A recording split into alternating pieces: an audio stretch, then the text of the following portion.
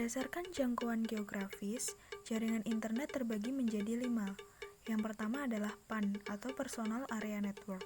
Sesuai dengan namanya, area lingkup jaringan ini sangat kecil, yaitu hanya mencakup perseorangan dan memiliki batas jangkauan yang terbilang pendek. Batas jangkauan jaringan ini sekitar 10 meter.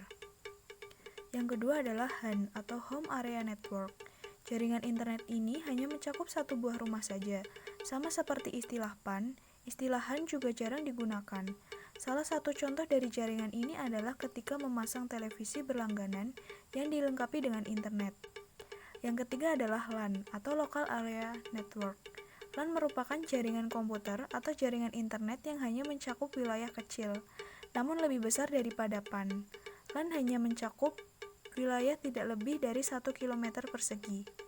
Biasanya, LAN digunakan hanya dalam satu gedung saja. Yang keempat adalah MAN atau Metropolitan Area Network. Jaringan MAN merupakan pengembangan dari jaringan LAN sehingga mampu mencakup wilayah yang lebih luas. Jaringan ini mampu mencakup wilayah dengan luas berkisar 10-50 km. Sehingga pada umumnya jaringan ini mampu menghubungkan komputer yang berada di lain kota atau kabupaten tetapi masih berada dalam satu wilayah provinsi atau masih berada dalam radius kurang dari 50 km. Yang kelima adalah WAN atau Wide Area Network. Jaringan WAN adalah jaringan internet paling luas yang mencakup wilayah sangat luas, bahkan mampu mencakup seluruh luas wilayah suatu negara. Sebenarnya, WAN mirip dengan MAN, yaitu sama-sama menghubungkan beberapa LAN.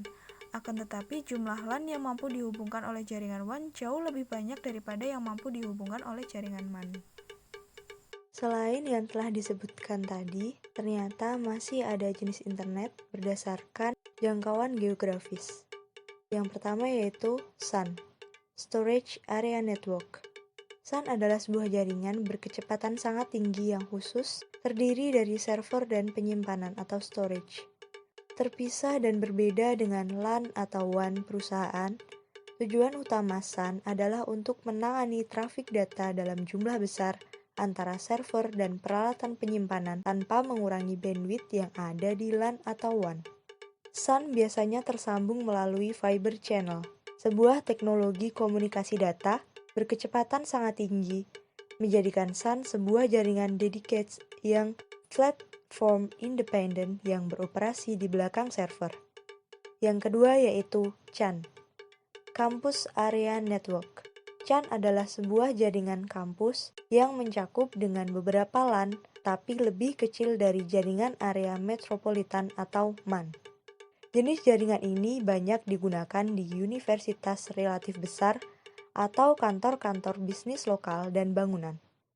Yang terakhir yaitu internet itu sendiri, atau singkatan dari Interconnection Networking. Internet disebut juga jaringan komputer yang memiliki jangkauan hingga ke seluruh pelosok dunia. Jaringan ini adalah yang paling powerful dalam hal pertukaran data karena kecepatannya bisa sangat tinggi. Jaringan ini seringkali dimanfaatkan untuk berbagi informasi secara global yang meliputi pendidikan, hiburan, teknologi, dan lain-lain. Jaringan internet berdasarkan distribusi sumber informasi terbagi menjadi dua, yaitu jaringan terpusat dan jaringan terdistribusi. Pada jaringan terpusat terdiri dari satu komputer server dan satu atau lebih komputer klien.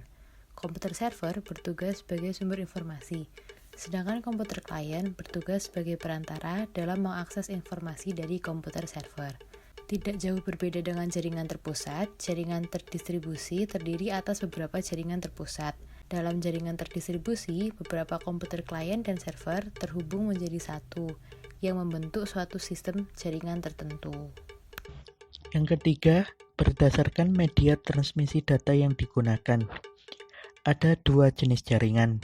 Yang pertama, jaringan berkabel atau wired network. Seperti namanya, jaringan berkabel adalah sebuah jaringan yang menggunakan media kabel sebagai transmisi atau pengiriman data.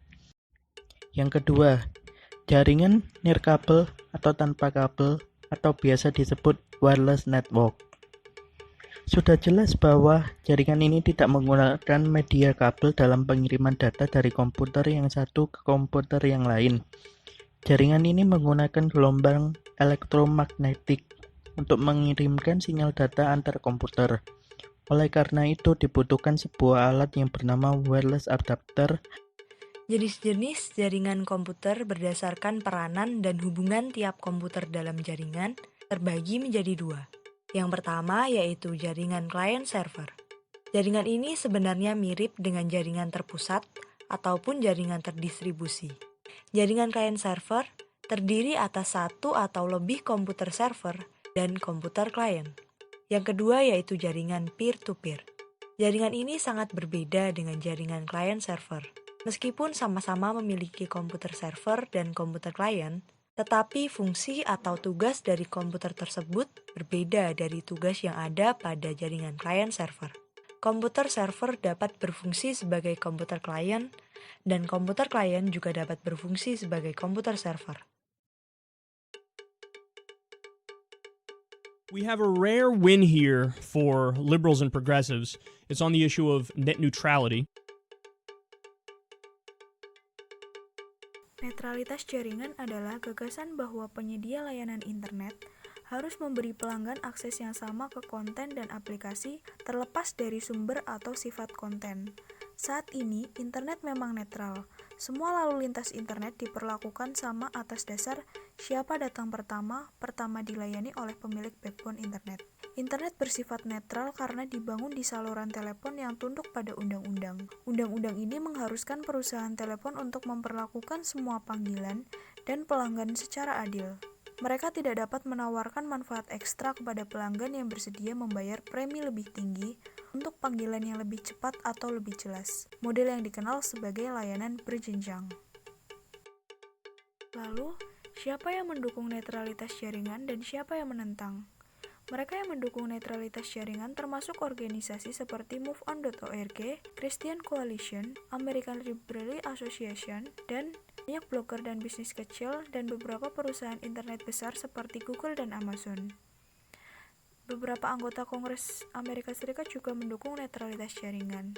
FinServ, salah satu penemu internet protokol, juga mendukung netralitas jaringan dengan mengatakan bahwa akses variabel ke konten akan mengurangi kemampuan internet yang terus berkembang. Mereka yang menentang netralitas jaringan termasuk perusahaan telekomunikasi dan kabel yang ingin dapat membebankan harga yang berbeda berdasarkan jumlah bandwidth yang dikonsumsi oleh konten yang dikirimkan melalui internet. Beberapa perusahaan melaporkan bahwa 5% pelanggan mereka menggunakan sekitar setengah kapasitas pada jalur lokal tanpa membayar lebih dari pelanggan yang penggunaannya rendah.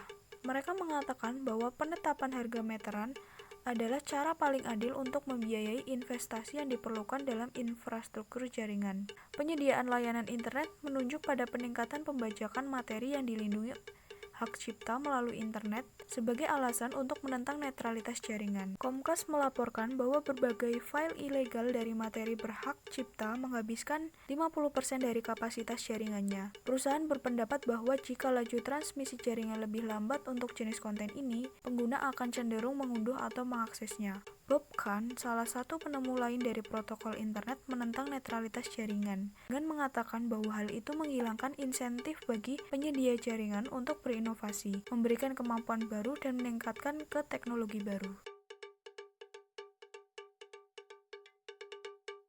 Para pendukung net neutrality berpendapat bahwa net neutrality mendorong kebebasan orang untuk berinovasi tanpa ada izin dari pihak yang berwenang.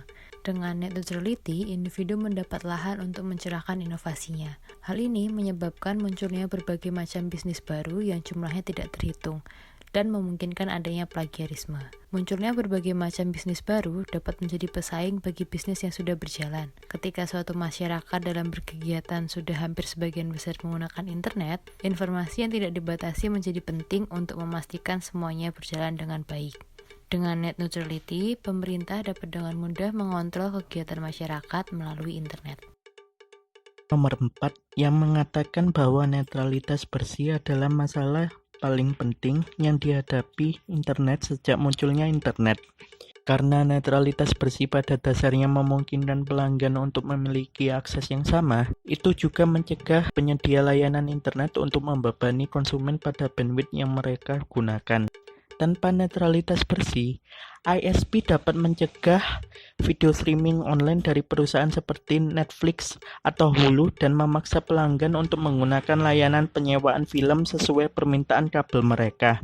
Netralitas bersih memungkinkan pelanggan untuk menggunakan internet secara bebas berdasarkan minat mereka, daripada ISP yang harus dikendalikan dengan opsi terbatas. Banyak sekali pro kontra terhadap net neutrality.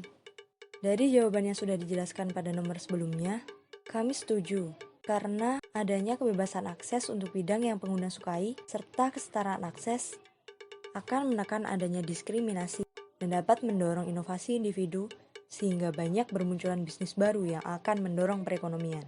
Kontrol pemerintah terhadap kegiatan masyarakat juga menjadi lebih mudah.